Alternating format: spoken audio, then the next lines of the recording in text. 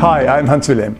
In this video, in the Life Explained series, I would like to explore with you the Luciferian Doctrine. Now, you may know about Lucifer, but have you heard about the Luciferian Doctrine and how it influences our world today?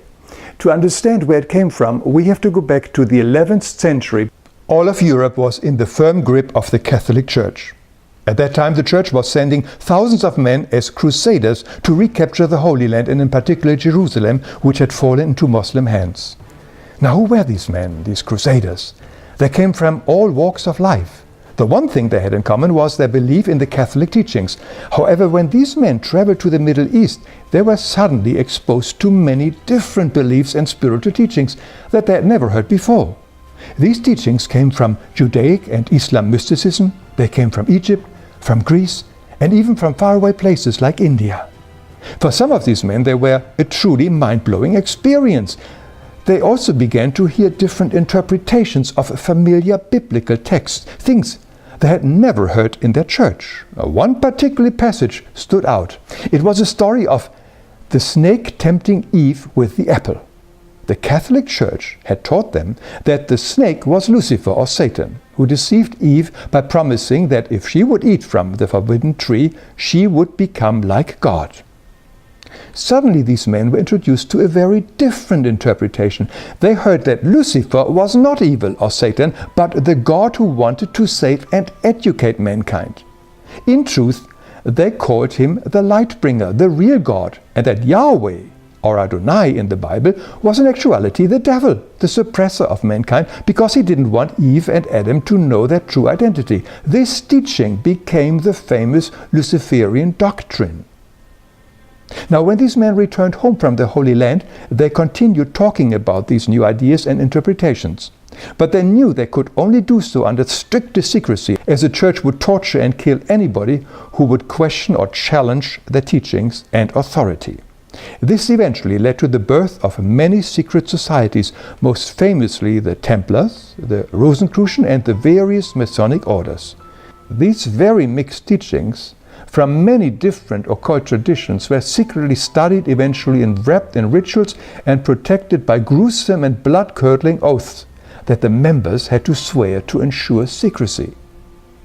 But everything changed in the year 1888 when the founder of the Theosophical Society, Madame Blavatsky, made most of these teachings public in her famous book, The Secret Doctrine, which she spiced up with some of her own fanciful imaginations. Central to Madame Blavatsky's teaching was the Luciferian Doctrine. The first edition of her book stated that Lucifer is the only God for our planet. No surprise that her magazine was also called Lucifer. It was a beginning of what we now would call the New Age. Originally, it was promoted as the time when the Lightbringer, Lucifer, would lead mankind to a new era of tolerance and peace.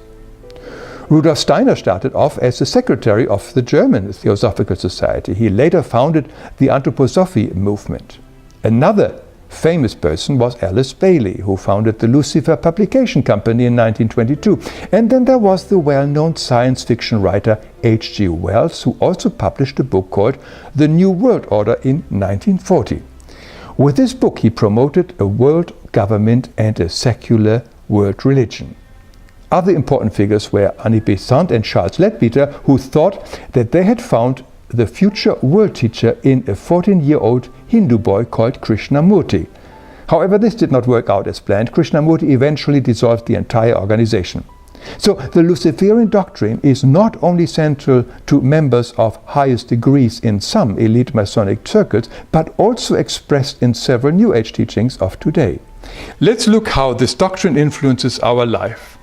Here we have the planet Earth, where according to the Luciferian Doctrine, the worldly affairs are ruled by the Lord Lucifer. Now, as spiritual beings, we come from the spiritual worlds to incarnate for a very short lifespan here on Earth. Most of us do it to clear up past karma or eventually return to a higher spiritual sphere or return even to our spiritual home from where we all came. But if we forget who we are or don't believe in life before or after death, we can easily be tempted to dedicate our life to accumulation of riches, power, fame, and other stuff that makes us important and special. We might even fall for some New Age guru teachings promising unbridled riches and abundance. Our purpose here is to develop the kingdom within and not the kingdom without. But if we want worldly riches, our god and orientation would naturally be this guy here, Lucifer, the only god of our planet, as Madame Blavatsky put it. He rules the worldly affairs, and with him many heads of politics, military, finance, and industry.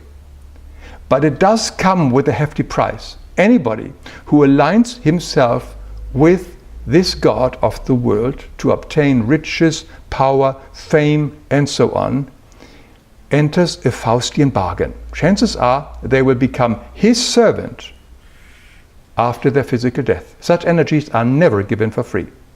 Now, in addition, the Luciferian doctrine also states that we are God, which is also a very popular belief among some New Age teachings. The danger is that when we think we are God, we are convinced we can get away with anything. We feel that we are only accountable for our actions to ourselves.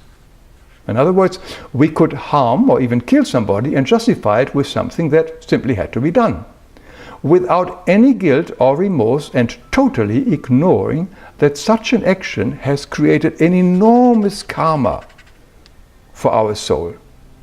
Somebody who thinks he is God does not feel accountable to anybody else except himself. Now finally, let's look around this world and see how powerful the Luciferian influence already is. We see the evidence everywhere in the wars, the terrorism, exploitation and suffering, greed and so on. It is based on the Freemason principle Ordo ab Chaos, order from chaos, which justifies any actions to bring the new world order into existence. Many see this as a totalitarian form of world government. The goals of this new world order are not secret. They are outlined in the American Stonehenge for anybody to see. They are the Georgia Guidestones, erected in 1980. It is a huge granite monument in which 10 new guidelines are engraved in 8 different languages. These guidelines are supposed to replace the 10 commandments given to Moses. 2 of the most interesting guidelines say that mankind should be reduced to 500 million people only. That means many must die for the benefit of a few. This will be the result of the order out of chaos. They also say that family planning must be controlled by the authority to keep the number down. It is not my goal to convince anybody about the existence of the Luciferian doctrine. I merely offer, and if it works for you, fine. If it not, it's okay too.